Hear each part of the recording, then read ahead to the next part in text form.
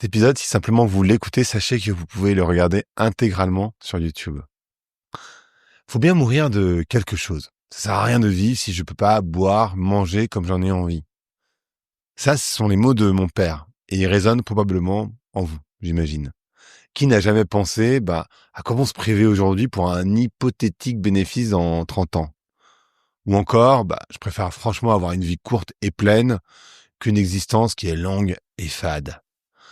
Avouons-le, la vie, elle est suffisamment dure comme ça.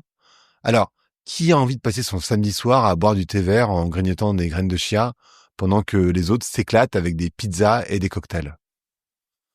Qui se réjouit à l'idée de courir sous la pluie quand il y a Netflix qui nous tend les bras? Ça devient presque une obsession, cette histoire de santé, vous trouvez pas? Et franchement, qui rêve de passer une semaine dans une clinique de longévité? Bon, il y a moi, et j'ai eu la chance d'être invité justement dans un lieu d'exception pour expérimenter le professionnalisme, mais aussi les avancées dans le domaine. Et en fait, alors que je racontais vraiment cette chance avec gourmandise à une amie, elle m'a répondu ça serait mon pire cauchemar. Et d'une certaine manière, je la comprends, mais de mon côté, moi, j'ai perdu mon père à 64 ans d'un arrêt cardiaque. C'était beaucoup trop tôt.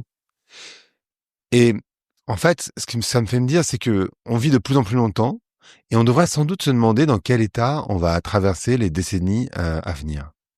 Est-ce que vous avez envie de passer les 30 ans qui arrivent avec un corps qui vous lâche et un esprit qui s'embrume?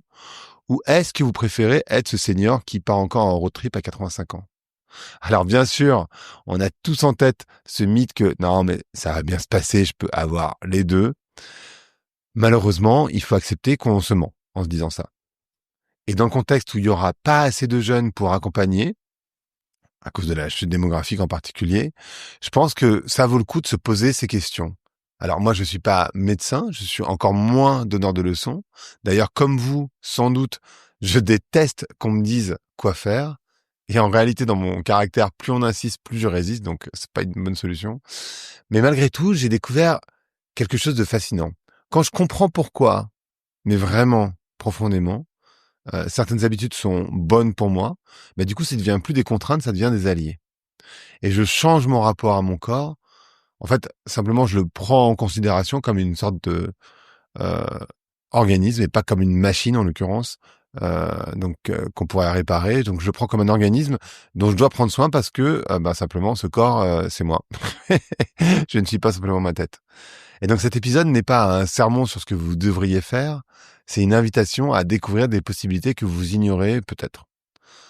C'est un mix des choses que j'ai apprises, de tous les épisodes sur la santé que j'ai pu faire, mais aussi des conversations que j'ai pu avoir avec ma copine nutritionniste qui est Cathy, ou une copine Maud qui s'intéresse beaucoup à la longévité. Donc je vais vous partager des petits hacks, des astuces surprenantes. Par exemple, est-ce que vous saviez que votre langue peut causer des tendinites d'épaule, ce qui est mon cas, ou que l'endométriose pouvait prendre naissance dans la bouche? Ça, c'est un autre épisode.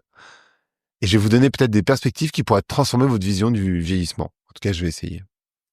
Parce qu'au fond, la vraie question, c'est pas tant est-ce que vous voulez vivre longtemps, mais plutôt comment est-ce que vous voulez vivre dans votre corps pour les 20, 30, 50 prochaines années. Alors si ça vous dit, je vous embarque avec moi dans cette exploration, sans pression, sans culpabilité, juste avec la curiosité et peut-être un peu de fun.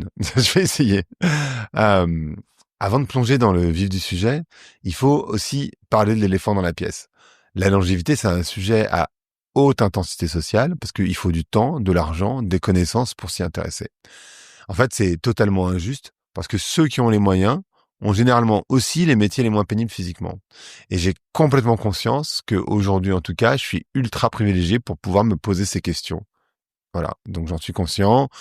Mais vous allez voir qu'en fait, en même temps, beaucoup de ces principes sont accessibles à tous, à toutes, sans passer par des cliniques hors de prix, évidemment. En tout cas, pas pour le moment. Alors, je vais vous parler de différentes choses, mais d'abord, je voudrais vous parler de votre âge, qui est une sorte de mensonge total. On dit souvent, l'âge, c'est qu'un chiffre. Et en fait, de manière assez intéressante, c'est plutôt une vérité scientifique qu'une phrase bateau. Parce que, en réalité, on n'a pas un âge, on en a 4, voire 5. D'abord, le premier, c'est l'âge de votre carte d'identité, celui qui vous déprime à chaque anniversaire. Bon, il n'y a pas grand-chose à dire de ce côté-là, on le connaît tous, c'est notre indicateur principal. Passons. Le deuxième âge, c'est l'âge de votre corps, ce qu'on appelle l'âge physiologique. Et le truc de fou, c'est qu'il peut être très différent de votre âge officiel. En fait, il dépend entièrement de vos habitudes de vie. Il peut être égal, supérieur, inférieur à votre âge réel. On peut le mesurer de plusieurs manières. Souvent, dans des clubs de sport, il y a des balances qui le calculent de manière approximative, mais ça vous donne une estimation statistique. Moi, à ma dernière mesure, j'avais un âge physiologique de 33 ans. Donc, je vous dirai pas là tout de suite mon âge réel, mais en tout cas, c'est plus que ça. Laissez-moi cette petite victoire. Et dans la clinique dans laquelle je suis allé, j'ai été invité, ils m'ont fait une prise de sang. Et donc, ils vont calculer mon âge physiologique à travers mon épigénétique pour comprendre précisément quel âge a mon système. Donc, j'attends le résultat. Je devrais l'avoir dans pas très longtemps. Et en fait, c'est un indicateur précieux car on peut l'améliorer par des bonnes pratiques. En particulier celle que je vais vous décrire juste maintenant dans cet épisode. Le vieillissement, il s'accélère, bon, à partir du moment où on est, mais après 25 ans. C'est là que nos mauvaises habitudes commencent à vraiment laisser des traces de plus en plus profondes. Et typiquement, on parle beaucoup des cancers, mais les cancers, ils se développent souvent des années avant de crier « Hey, hey, surprise !» quand on s'y attend le moins. C'est pourquoi il ne faut pas perdre de vue que tout ça, ça se travaille en fait. Le troisième âge, c'est l'âge que vous ressentez. Si vous êtes comme la majorité des humains, moi y compris, vous vous percevez environ 20% plus jeune que votre âge réel. Ce phénomène, il débute à l'âge de 25 ans, mais en fait, il s'accentue vraiment à l'âge de 40 ans. Et c'est scientifiquement prouvé. À 50 ans, donc, vous vous sentez plutôt en avoir 40, voire parfois 35, parce que notre cerveau, il est un peu flatteur. Et il n'y a pas de souci parce que, en réalité, vous l'avez compris, peut-être que vous avez vraiment, enfin, votre corps, il a vraiment 35 ans. Ou 50, ou 55. 4, il y a l'âge de votre cerveau. Et là, parfois, c'est la douche froide. On a toujours l'impression d'avoir 20 ans, mais la réalité, elle peut être brutale. Au sein de cette clinique, j'ai fait un test sur mon équilibre et je m'en suis plutôt bien sorti. Et c'est important parce qu'il faut noter que une grande partie des décès de personnes âgées, il est dû à des chutes, d'où l'importance, et pour les hommes et pour les femmes, de soulever des poids, de muscler ses jambes, de travailler sa flexibilité. Mais moi, de mon côté, c'est le test de vision qui m'a fait l'effet d'une gifle parce que j'ai toujours eu des excellents yeux et j'ai découvert que ma vision périphérique, donc tout ce qui est autour, était médiocre. J'ai une réactivité hyper forte pour ce qui est en face de moi, mais ce qui se passe autour, en fait, en réalité, j'ai du mal à le percevoir. Mais heureusement, là aussi, ça se travaille avec une application, tout simplement. En fait, la plasticité du cerveau, c'est pas un mythe, même si évidemment c'est un raccourci de vulgarisation. Et on pourrait donc, je vous disais tout à l'heure, parler peut-être d'un cinquième âge, celui de notre apparence, qui est tellement importante de nos jours. Moi, on me dit souvent, ah là là, tu fais pas du tout son âge. Mais c'est partiellement lié à la génétique et aussi, bien sûr, à tout ce que je vais vous raconter dans cet épisode. Mais bon, soyons clairs, l'apparence, c'est moins important que votre âge physiologique. Mais vous l'aurez compris, la bonne nouvelle dans tout ça, c'est que l'âge physiologique, qui est le truc le plus important, c'est modifiable.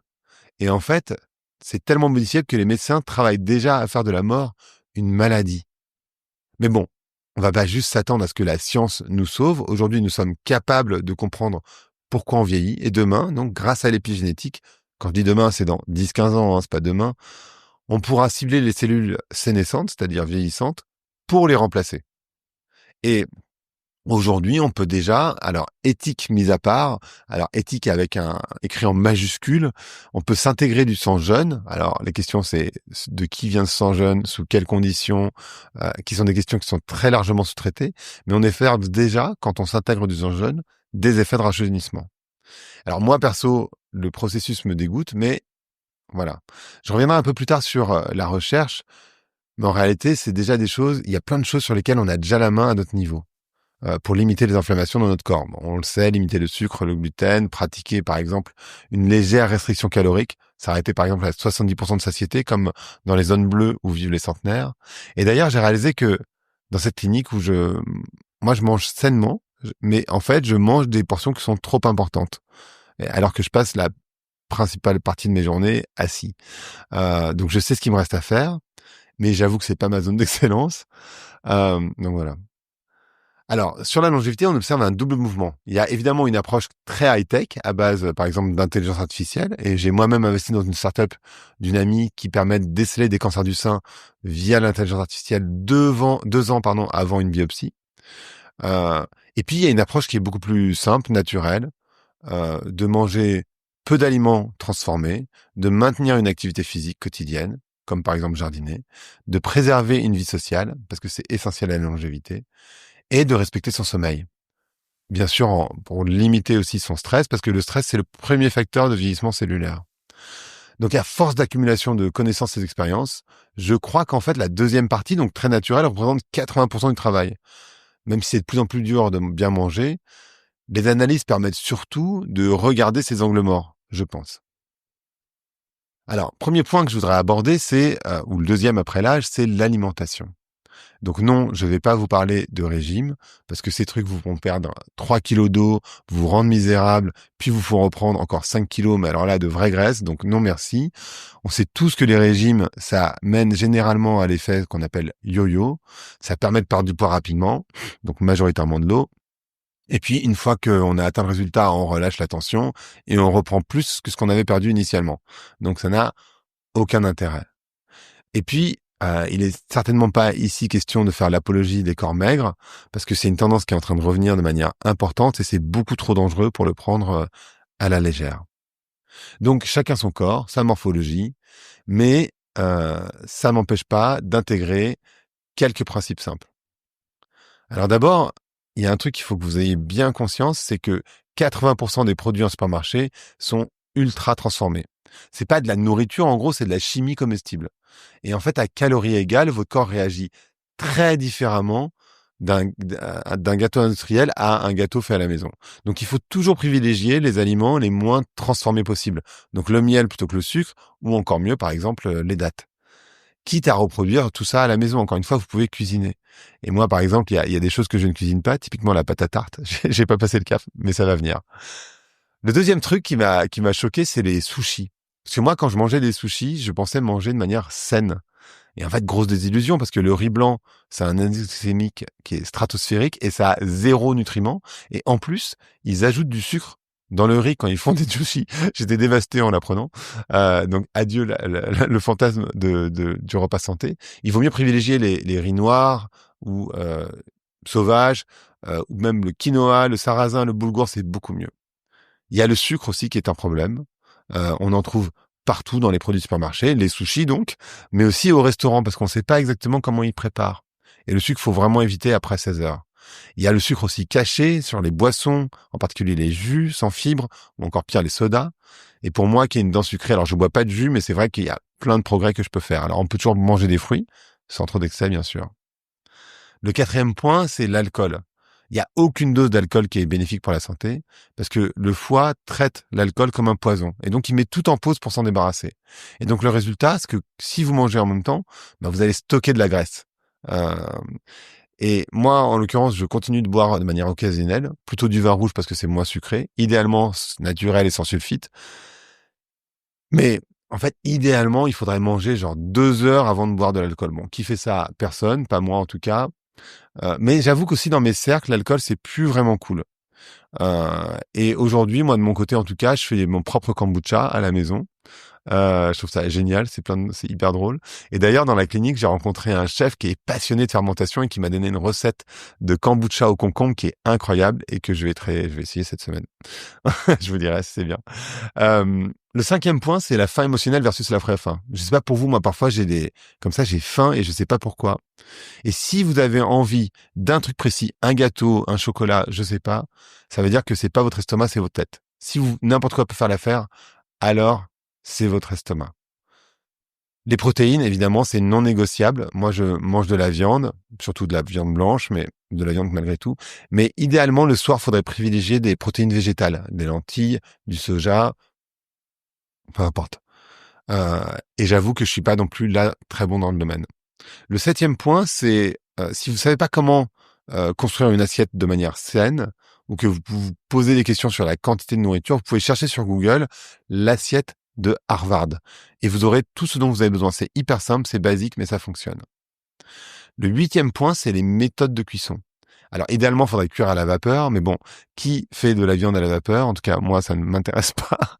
Et utiliser de l'huile plutôt que du beurre, évidemment, avec un point de fumée élevé. Donc, par exemple, si vous utilisez une huile d'olive, plutôt éviter l'huile extra vierge pour la cuisson.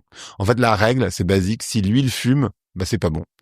Donc sinon, après, vous pouvez évidemment utiliser l'huile de lin dans les salades, c'est génial. 9e point, le jeûne intermittent que moi je pratique, mais qui est pas forcément génial pour tout le monde. Alors ça permet pas de perdre du poids, mais ça permet à notre corps de récupérer, parce que manger fatigue, et ça permet l'autophagie, c'est-à-dire le nettoyage cellulaire. C'est pas nécessairement une solution pour tout le monde. Les femmes, par exemple, doivent faire attention en fonction de leur cycle. En tout cas, c'est ce que j'ai entendu. 10, les anti-inflammatoires naturels. Alors, les tisanes et les épices, comme le curcuma, vous le savez. Mais le curcuma, ça ne s'active qu'avec un peu de poivre. Et idéalement, il faut le mettre dans un corps gras. Sinon, le corps ne l'intègre pas. Donc, de l'huile, idéalement. Et ça permet d'accentuer les antioxydants des autres aliments consommés. Le point 11, le gras. Le gras, c'est pas si méchant. On a besoin de gras, mais de bons gras. Le gras viscéral, contre lequel on lutte beaucoup, en général, enfin en tout cas moi, il est aussi là pour protéger nos organes. Donc le gras, c'est pas forcément mal, mais le problème, c'est l'excès. Donc oui, aux noix, à l'avocat, aux poissons, surtout les petits, au fromage à pâte dure, aux huiles variées, etc. Le 12e point, c'est l'eau. En fait, l'eau, ça reste le truc le plus important de notre consommation, mais il faut de la bonne eau, de l'eau idéalement qui est filtrée. Moi, j'utilise un filtre qui s'appelle Berkey, parce qu'il y a beaucoup de microplastiques dans les bouteilles, en dehors du fait qu'effectivement, les bouteilles d'eau, ça pollue une tonne, comme vous le savez. Et par contre, c'est entre 2 et 3 litres d'eau par jour, idéalement, en tout cas sur mon corps, et je trouve que ça fait beaucoup. Dernier point, les compléments alimentaires, il faut arrêter de gober n'importe quoi, parce que quelqu'un vous a dit que c'était bien d'en prendre. En fait, il faut faire un test sanguin, et moi, par exemple, après mon test sanguin dans la clinique, j'ai découvert que j'avais un excès de zinc, alors que je prends aucun supplément. Et en fait, le truc, c'est que prendre des vitamines dont vous n'avez pas besoin, ça pourrait potentiellement nuire à votre santé. Donc, comme le dit le médecin Christophe de Gégère sur Volant que j'ai reçu, donc, on ne met pas n'importe quelle essence dans sa voiture, donc il n'y a aucune raison de faire ça avec son corps. Il faut faire un test sanguin, comprendre ensuite quelles sont les vitamines qui nous manquent, puis comprendre sous quelle forme elles sont le mieux intégrées par le corps. Par exemple, la vitamine D fonctionne mieux en gouttes qu'en comprimé. Encore une fois, dans un corps gras. Autre point que je voulais aborder, c'est le microbiote. Alors, on va se le dire, il y a 3 ans, je savais même pas ce que c'était qu'un microbiote et je savais pas que 80% de mon corps était composé de bactéries qui ne sont pas spécifiquement humaines. Je sais pas si vous êtes au courant vous non plus, mais voilà. Et puis j'ai découvert qu'on a fait en fait plusieurs microbiotes. Il y a celui de l'intestin évidemment, mais aussi celui de la bouche, de la peau, etc. En parlant de la bouche, tout commence par la bouche. C'est là que débute la digestion. Et notre bouche, c'est un marqueur beaucoup plus important de notre santé qu'on ne le pense. Ce que j'ai appris, par exemple, dans cette clinique, ça m'a scotché. Moi, j'ai un problème moteur avec ma langue. J'avais aucune idée.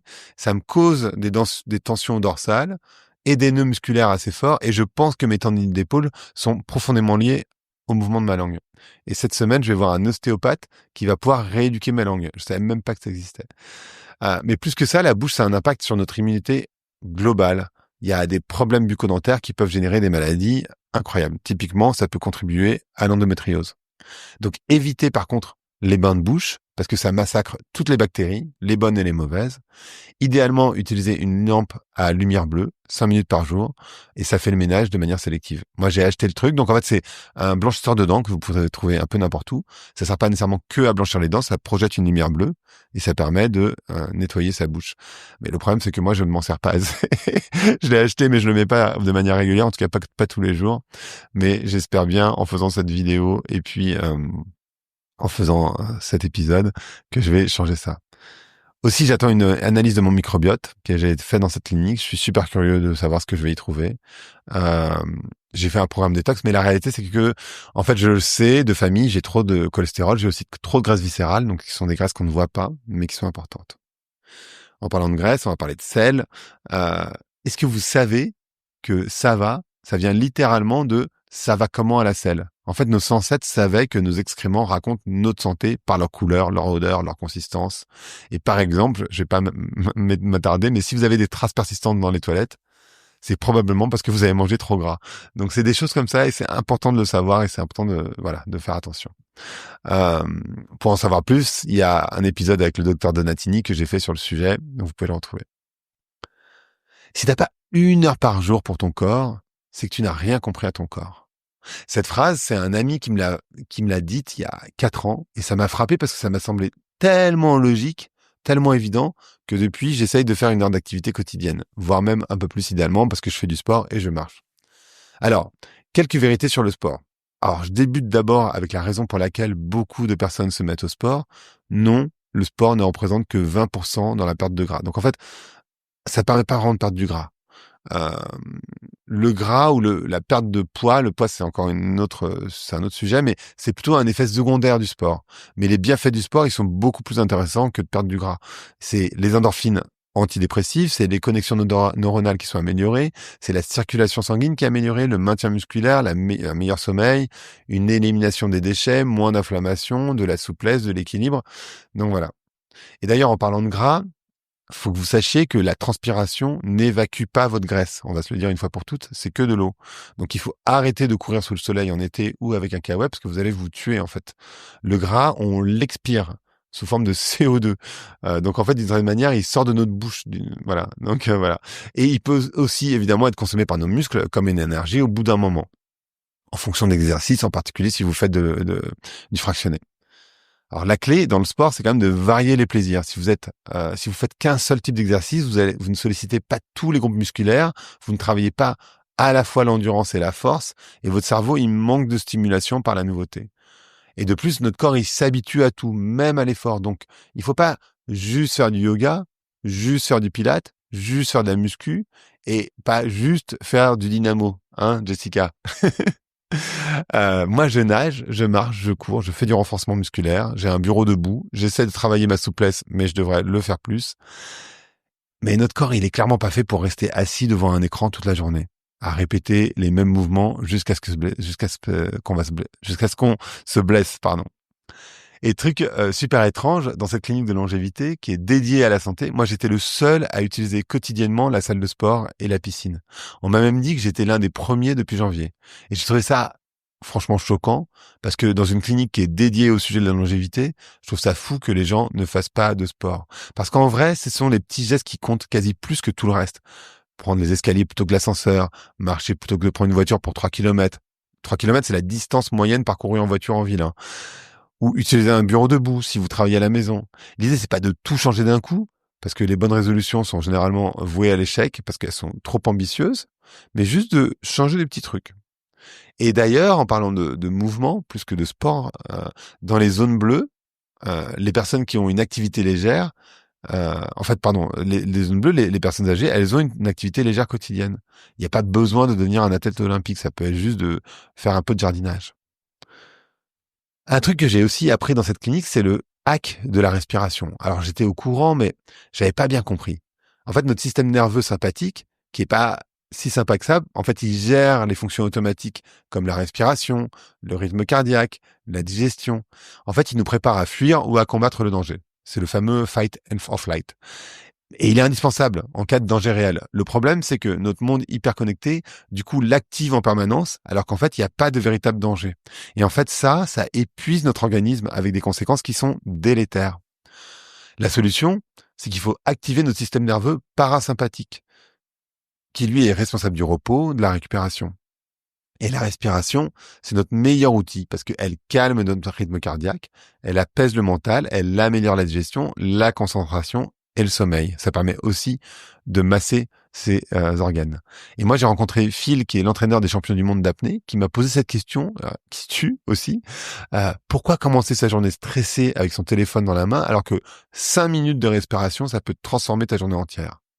Et pour faire ça, il faut juste inspirer lentement par le nez, dans le ventre, et puis expirer lentement par la bouche. 5 minutes. Et action-réaction, moi désormais, je pratique tous les jours. Vraiment, je l'ai encore fait ce matin, avant de toucher mon téléphone. Et me dites pas que vous n'avez pas 5 minutes dans la journée, parce qu'on a tous 5 minutes dans la journée. Le truc que j'ai appris et qui m'a perturbé, que je ne savais pas, c'est que les relations sociales avaient un impact extrêmement important dans notre longévité. En fait, notre société, elle nous a insidieusement invités à nous isoler. Mais encore une fois, l'impact sur la longévité, il est considérable. Dans les zones bleues, en fait, les liens sociaux et l'appartenance à une communauté sont essentiels. En fait, les aînés restent utiles à leur communauté, ils restent aussi connectés. Et ça peut être simplement des petits actes, ça peut être de prendre 3 carottes dans un jardin, mais ça donne un sentiment d'utilité et ça donne du sens à la vie. Donc pas besoin d'attendre la vieillesse pour y penser. Nos relations, elles diminuent naturellement avec l'âge. Ça commence assez jeune après l'université ou l'école. Donc faites un effort conscient pour maintenir vos amitiés et créer des nouveaux liens. Et oui, c'est parfois fatigant de sortir quand il y a Netflix qui vous fait de l'œil, mais vraiment votre cerveau et votre longévité vous remercieront.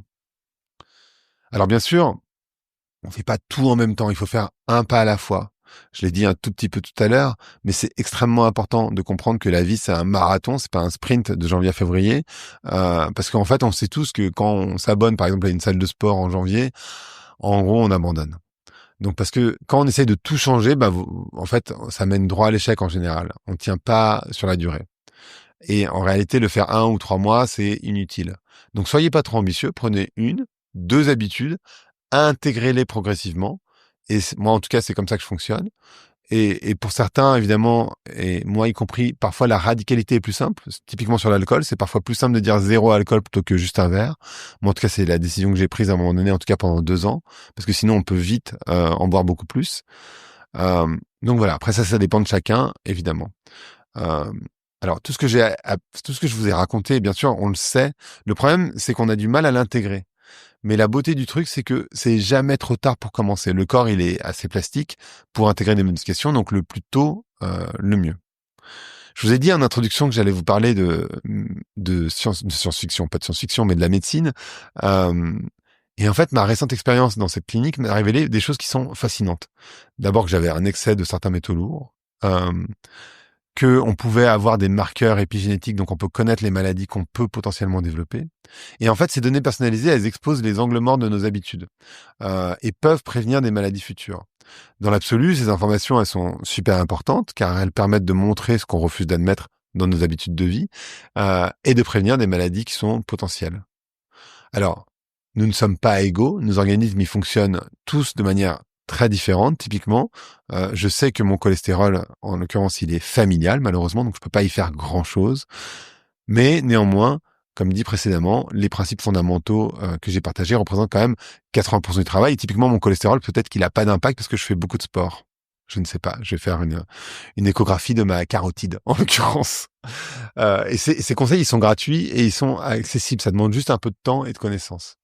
Alors cela dit, la médecine, ça avance à vitesse grand V. Aujourd'hui, la thérapie cellulaire permet de reprogrammer, ou en tout cas demain, elle va permettre de reprogrammer les cellules et de traiter des maladies comme le diabète en remplaçant les cellules endommagées. De la même manière, j'en ai parlé tout à l'heure, l'intelligence artificielle, ça permet de détecter des maladies bien en amont et donc de développer des traitements personnalisés. Et puis, il y a des substances qu'on a longtemps diabolisées, comme les champignons, le cannabis, qui sont repositionnées pour leurs vertus thérapeutiques, en particulier sur les troubles psychiques ou sur les addictions.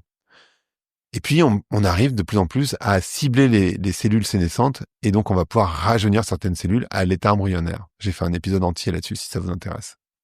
Mais comme une photo, c'est toujours la même chose. Même avec les meilleurs filtres Instagram, si votre photo elle est floue, on va pas réussir à la sauver. Donc, vaut mieux avoir une base saine dès le départ. La science, elle évolue vers la compréhension.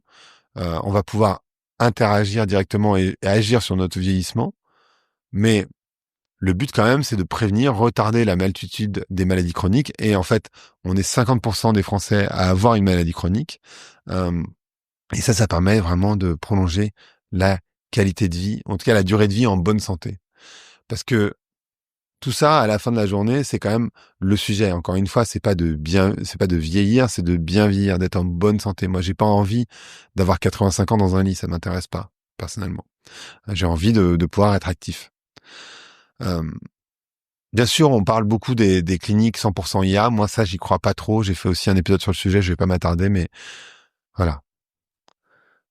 Donc, en fait, ce que je voulais vous expliquer dans cet épisode, c'est que vous avez un pouvoir d'action qui est considérable sur votre organisme.